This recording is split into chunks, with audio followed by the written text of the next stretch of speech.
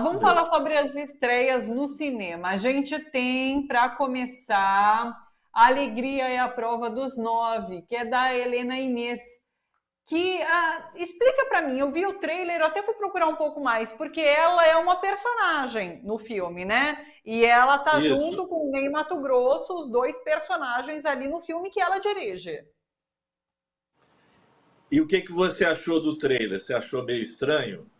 Você tem trazido uns trailers, é que eu não assisti ao filme, mas uns trailers loucos demais, que eu não entendo nada, por isso que eu vou depois ler. Eu espero para te escutar, mas eu vou dar uma lida para ver o que é isso aí, né? Achei meio malucão. Bom, eu não escolho as estreias de cinema, né? Eu apenas trago as que eu acho mais significativas para nós. E uma delas é essa.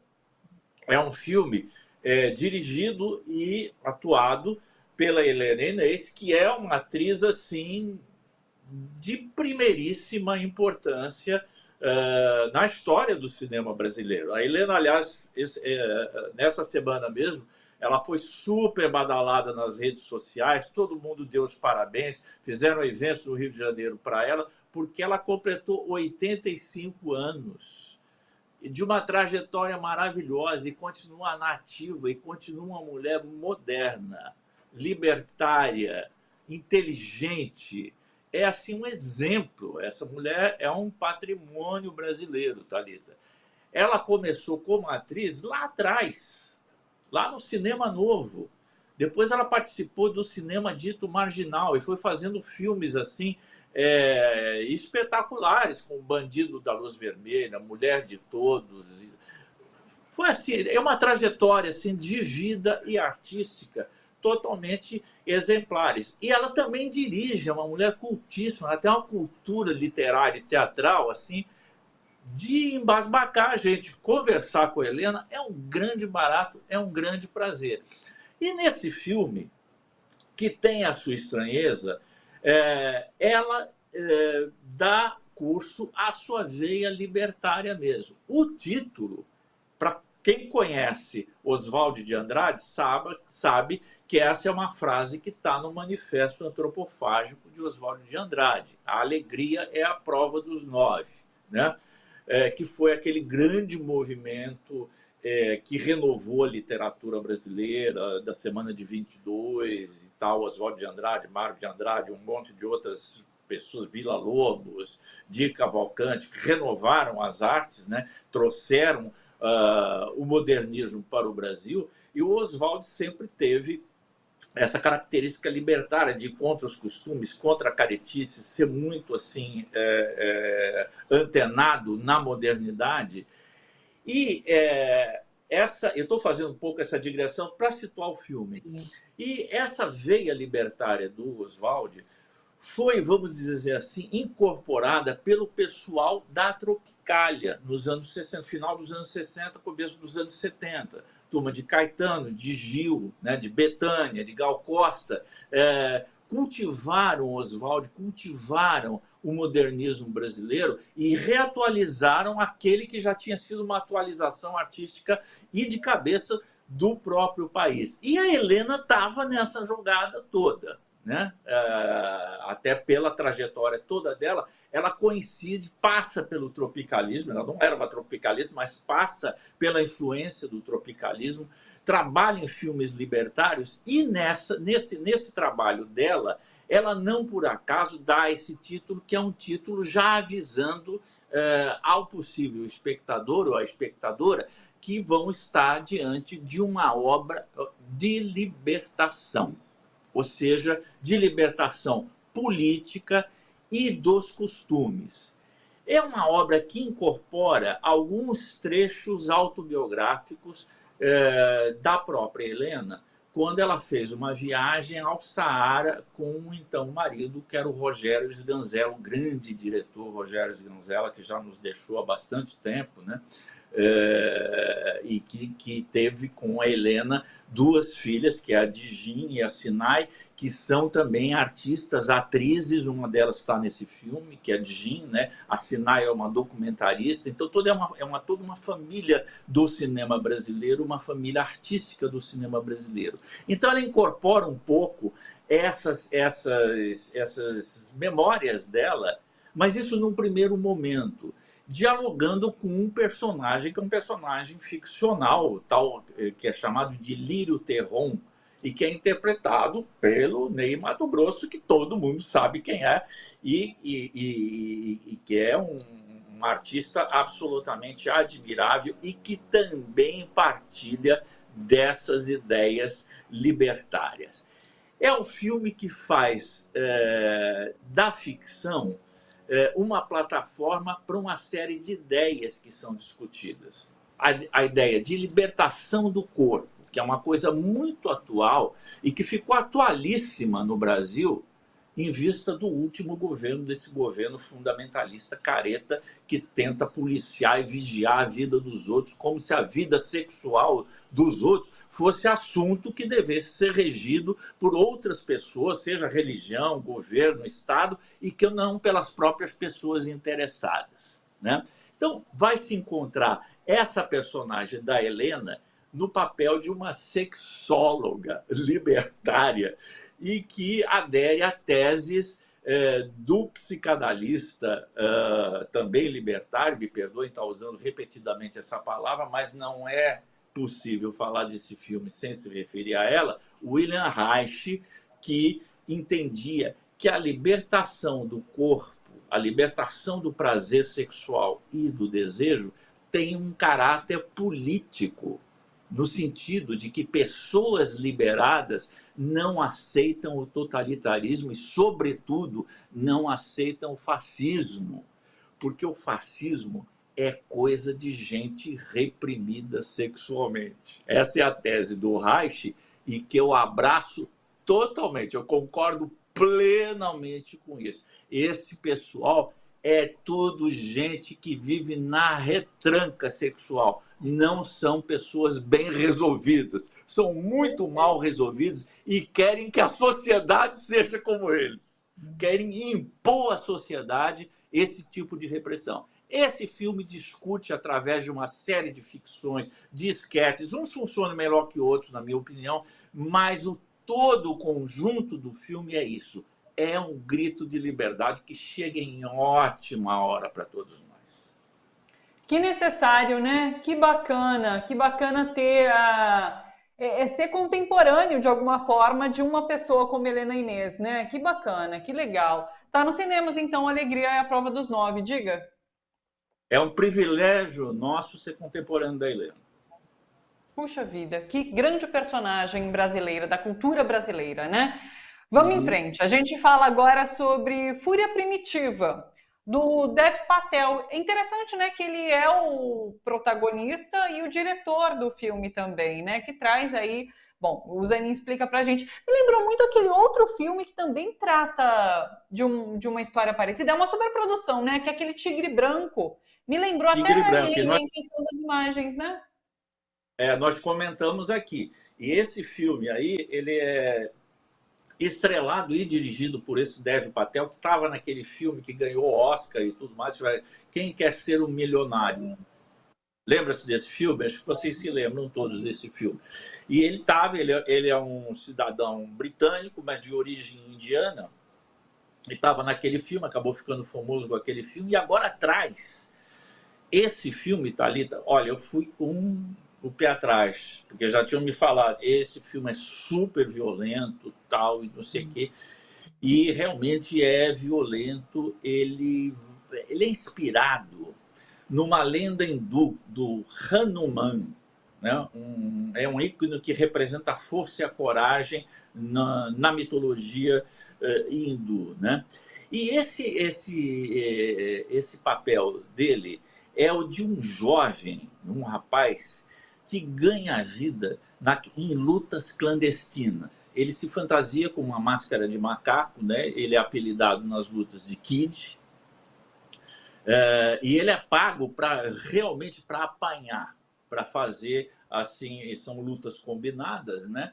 E tem os lutadores com os quais a plateia simpatiza mais, então ele entra para fazer toda aquela coreografia de luta, para apanhar e ser derrotado, para resistir um pouco e ser derrotado no final. Essa é a profissão dele. Mas nós vamos descobrir que depois, por meio de alguns flashbacks, que são aquelas voltas que o filme faz para o passado, e mostram ele criança, que ele tem um trauma infantil muito sério. E ele vai entrar numa trip de vingança de alguém que fez muito mal a ele e a sua mãe, né? Ele vai tentar, através do personagem dele, de se introduzir nos meios mais fechados da sociedade hindu, atrás de um determinado elemento que ele julga culpado dos seus traumas de infância. E o filme, ele é muito bem coreografado. Para quem gosta de luta, eu não sou muito fã desse tipo de coisa, mas para quem gosta de luta, você tem que reconhecer que elas são muito bem feitas, muito bem coreografadas, né?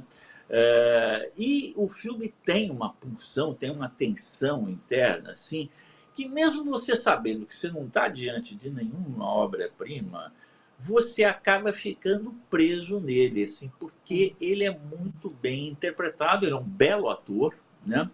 As lutas são, como eu disse, muito bem coreografadas e você tem um jogo fotográfico muito expressivo e que incorpora, esse achei o ponto mais interessante do filme, e que incorpora nessa trajetória de vingança elementos culturais da Índia muito significativos.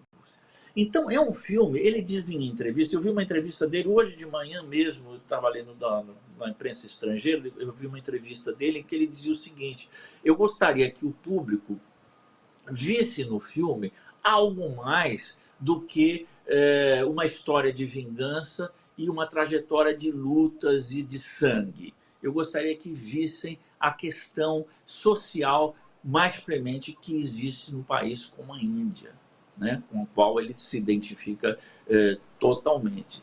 E, na verdade, o filme tem essa leitura mesmo. Se você abstrai um pouco essa questão de lutas sanguinolentas, muita ação, você chega à conclusão de que não se trata de um filme banal. Não se trata de um filme oportunista que quer simplesmente te divertir ou simplesmente apelar para os baixos instintos de quem gosta de ver muito sangue na tela e tudo mais, esse negócio todo. Ele não é um filme comum, é um filme para ser visto com atenção. E por que não dizer com prazer, porque ele é muito bem feito. Então é um filme assim que você pode ter restrições, mas ele é compensador na hora que você está assistindo. Bacana. E o Dev Patel tem se mostrado um ator assim excelente, né? Todos os filmes que ele Sim, ele é faz, muito bom. muito Ele é bom. muito bom. Também gosto bastante. Nos cinemas também Fúria Primitiva. E a gente tem agora Conto de Fadas. Conto de Fadas também. Tá vendo? Então, você já até começa a rir. Conta pra gente, conta pro nosso público do que se trata. Eu começo a rir, Thalita, porque não é culpa minha. Esse é pra lá de esquisito. Nossa! Esse é pra lá de esquisito. E eu fui com muita curiosidade para ver esse filme, porque ele é de um cineasta russo chamado Alexander Sokurov, que é um tremendo cineasta. Ele já tem filmes assim maravilhosos, Moloch, vários outros filmes assim que tiveram dos principais festivais do mundo. Eu vi filme dele no Festival de Veneza, sabe, em Cannes já teve, se não me engano. Ele é consideradíssimo no meio cinematográfico como de cinema de autor. E ele tem um detalhe, ele tem um filme chamado Arca Russa, que é curiosíssimo, porque é um plano sequência inteiro, que ele vai percorrendo o grande museu russo do Hermitage em São Petersburgo, atual São Petersburgo, e ele vai através de um único plano, quer dizer, um plano de sequência é um plano sem cortes. O cinema é feito assim de pedacinhos que são juntados para dar o produto final, o filme final. Mas os planos de sequência são planos mais longos, às vezes tem plano de sequência de 5, 7 minutos, já é uma proeza fazer isso. Ele fez um filme inteiro em plano de sequência, quer dizer, da história e a tragédia da Rússia, que é um país magnífico, de uma história magnífica, que vem lá do czarismo, grandes artistas, Dostoiévski, Tchaikovsky e tal, a Revolução Russa, né? Tudo isso, né, num país assim que é apaixonante. A cultura russa é algo de apaixonante. E esse cara é um grande representante da cultura russa atual. E ele tem essa, vamos dizer assim, essa obsessão por registrar os homens de poder. Os homens de poder. Então ele tem filmes sobre Hitler, ele tem filmes sobre o imperador Hirohito, ele tem filmes sobre Lenin, grande líder da Revolução Soviética, né?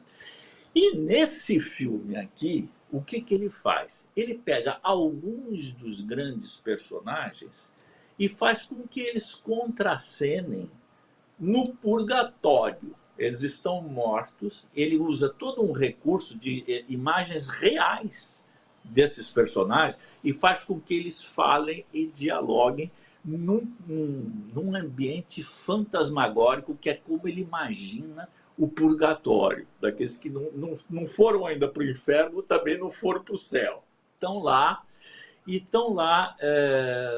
conversando. Então você tem conversas entre Hitler e Churchill, os dois grandes rivais da Segunda Guerra Mundial, né? Você tem imagens de Mussolini, né, falando com eles também, falando em italiano com eles, né? Você tem imagens, numa certa hora, de Cristo. Como é que ele botou Cristo no purgatório? Eu não entendo muito bem.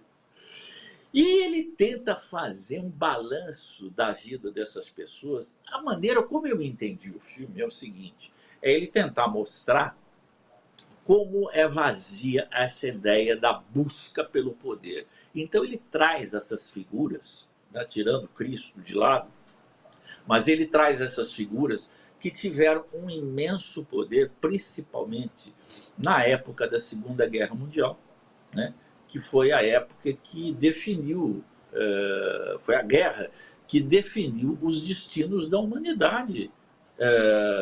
Depois de 1945, que é quando ela termina, até os dias de hoje, né? Guerra Fria, predomínio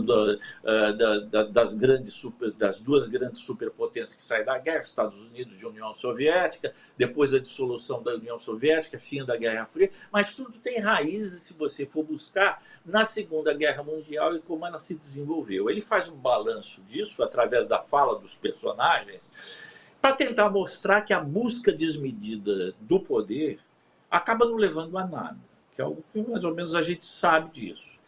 Eu só senti esse filme com uma grande ideia que acaba não sendo muito bem realizada e acaba girando em torno das mesmas questões. Então, apesar de ser um filme curto, acho que ele tem 77 minutos, uma coisa assim, um filme curtinho para os padrões de longa-metragem hoje em dia, né? Que se faz filme de 2 horas, 3 horas, daí para cima, né? Ele é curto para os padrões atuais, mas mesmo assim me deu uma sensação meio de monotonia dele ficar girando em torno das mesmas questões e sem ter precisamente nada de muito novo para dizer. A ideia é legal, o visual é muito interessante, a maneira como ele pega essas figuras históricas, né, que poderiam ser representadas por atores, e aí não teria graça nenhuma, mas são as figuras históricas mesmo, reais, tiradas de filmes que foram feitos com elas na época, né, e faz essas pessoas falarem e contracenarem.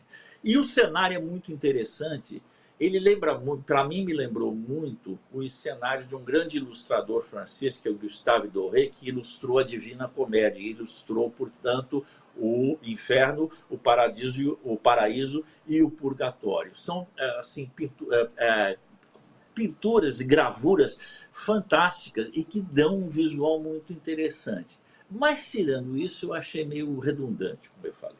Mas é quem tiver curiosidade e quem gostar de coisa estranha, tá aí um prato cheio. Uma experiência, né? E interessante como a tecnologia proporciona, né? Esse tipo de filme, aí com a fala, muito Sim, interessante. sim, sim. E Né? A gente tem. Diga. do ponto de vista da tecnologia, ele é muito interessante. A gente tem que É, reconhecer isso. bacana. A gente ganhou 5 minutinhos. Vamos trazer uma dica de streaming? Pode ser? Pode ser, eu só queria dar uma, se você me permitir, usar 1 minuto para falar dessa mostra Léa Garcia no CCBB, Pode ser, que vamos começa, nessa.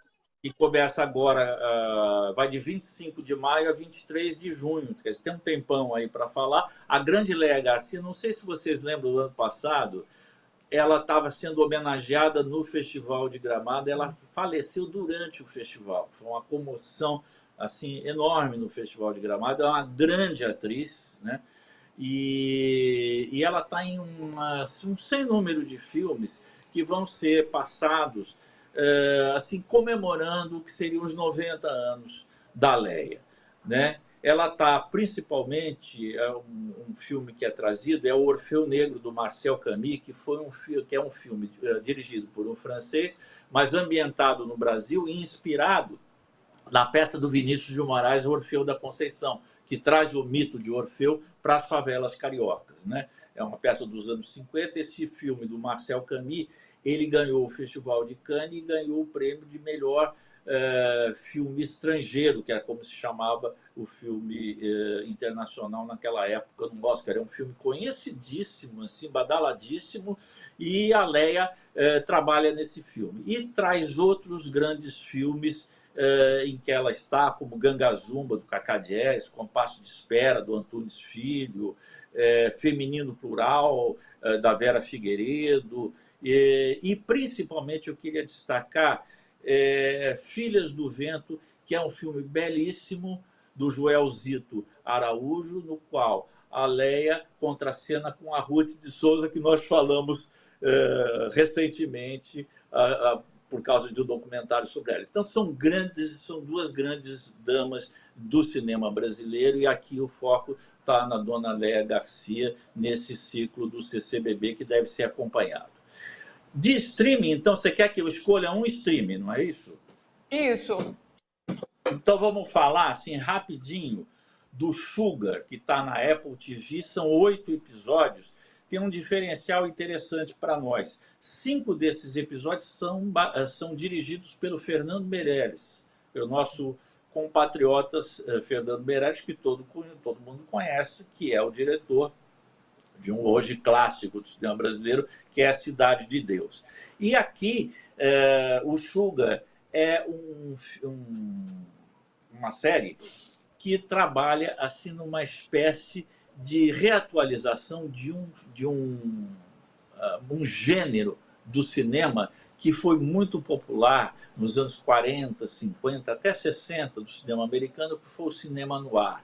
Filmes de policiais, de detetives particulares, principalmente, filmes meio ambíguos moralmente, em geral em preto e branco, com aquelas luzes contrastadas que lembravam muito o expressionismo alemão, do grande cinema alemão dos anos 20 e 30, e que fez muito sucesso nos Estados Unidos. Eu gosto muito, sou fanático por esse tipo de filme. E essa série, ele faz uma atualização desse gênero para os tempos atuais e introduz, como a gente vai ver daqui a pouquinho, alguns ingredientes novos.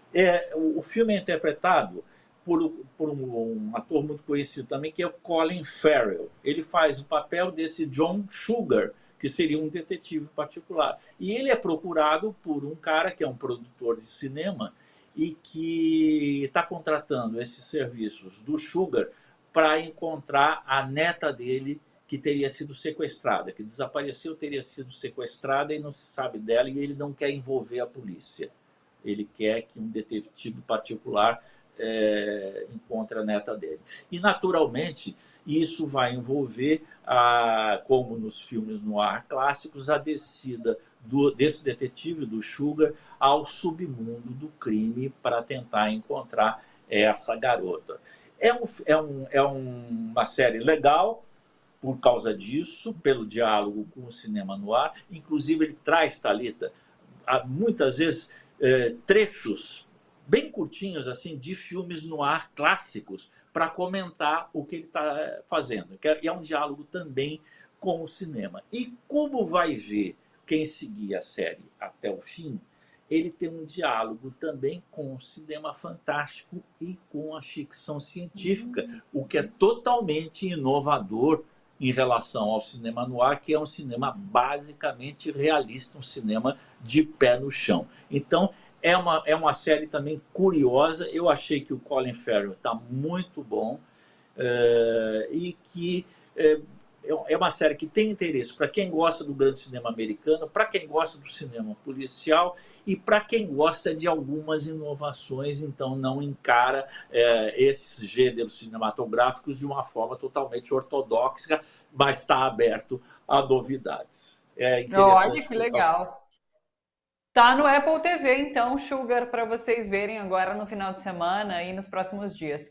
Beijo enorme para você, Zanin. Boa semana. Muito obrigada mais uma vez.